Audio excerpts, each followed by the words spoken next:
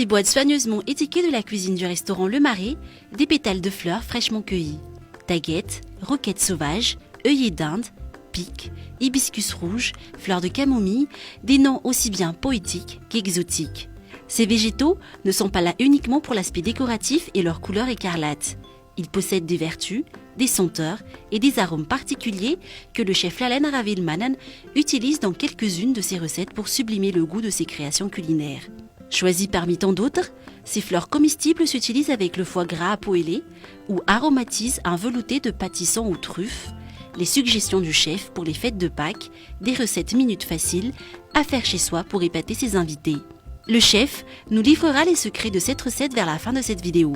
Mais en attendant, demandons-lui si utiliser des fleurs dans un plat est un nouveau concept et comment choisir les fleurs. Par rapport aux fleurs, en fait, en France, c'est très connu. Les pousses et tout ça, ils sont habitués à les utiliser. Et nous, depuis qu'on a mis en place ça, on a essayé d'apprendre en fait ce qu'elles apportent les fleurs.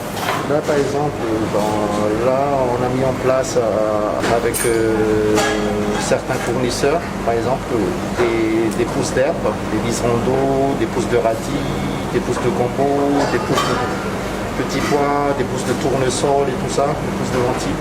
Ça on travaille avec quelqu'un et ils nous fournissent ça directement avec la terre. Mais c'est un truc bio, voilà. On les découpe, tout est déjà propre, voilà, c'est traité. Et tout ça, ça peut amener quelques saveurs, quelques senteurs à certains de nos plats.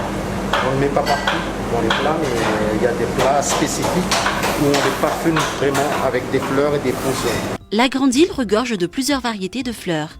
Il faut savoir distinguer celles que l'on peut manger de celles qui peuvent être dangereuses pour la santé. Pour les gens qui ne connaissent pas, on a quand même des fleurs, beaucoup de fleurs à Madagascar, mais les gens ne savent pas qu'elles sont comestibles. Par exemple, les capucines. Les capucines, il y a des capucines jaunes, capucines oranges, capucines rouges. On peut manger les fleurs, on peut manger les feuilles et on peut manger aussi les graines, les grains on va dire. Des petits fruits, ça a un goût de capre. On peut le mariner avec de l'huile d'olive, un peu d'épices. Là, on a utilisé de la tagette tout à l'heure. Là, on a des hibiscus rouges, on a de l'antana. Le lantana, c'est plus connu par rapport aux feuilles. C'est un médicament pour les tensions. Ici à Madagascar, c'est les radis, on va dire. Mais les fleurs sont comestibles et ça a un goût très spécial, un peu noisette qui va parfumer. Moi j'aime bien mettre ça par exemple dans les poissons crus. Il y a les fleurs de radis violettes, les fleurs de radis blanches aussi, les fleurs de roquettes sauvages, les hibiscus, les tagettes, on en a ici, tout ça c'est comestible.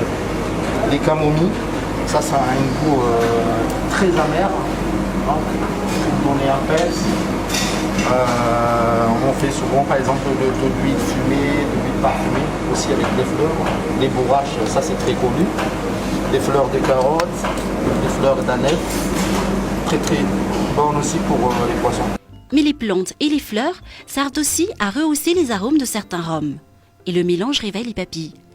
Comme ce rhum arrangé au laurier sauce avec bread mafana par exemple. Il est bien sûr à consommer avec modération en apéritif.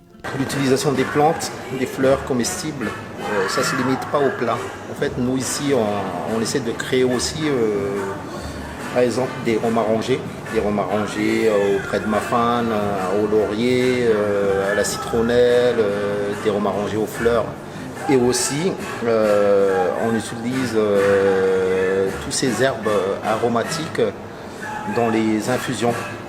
Certains clients demandent des infusions à la fin du repas. Donc on prépare à la minute avec par exemple des tiges de gingembre, des curcuma, du thym, du laurier, voilà. Et aussi on fabrique aussi certaines gelées à base de fleurs et à base d'herbes aromatiques.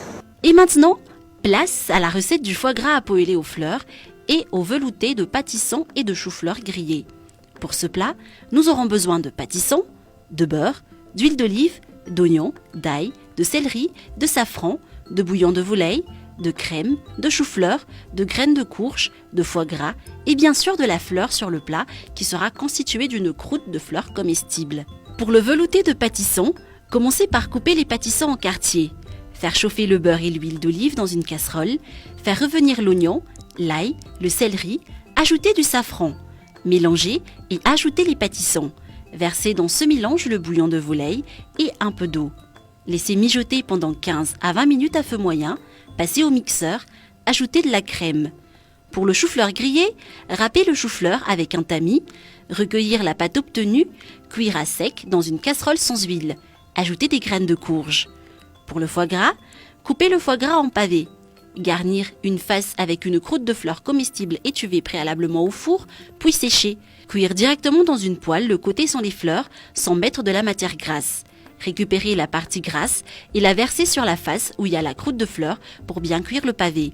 Et maintenant, pour dresser le tout, choisir une assiette creuse. Verser le velouté de pâtisson, disposer un pavé de foie gras dans le velouté et un autre au bord de l'assiette. Ajouter un petit peu de crème dans la partie coulée, les choux-fleurs grillés. Arroser de fleurs de papaye, de taguettes, de brins de thym, de pousses de roquette. Ajouter un peu de meringue et finir avec un peu d'huile d'herbe. Servir chaud avec du pain de seigle ou du pain complet, accompagné avec du vin blanc moelleux. Les fleurs apportent de la joie, qu'elles se trouvent dans notre jardin ou dans nos plats. Un plaisir à partager sans modération pendant les jours de fête. Joyeuse Pâques à tous!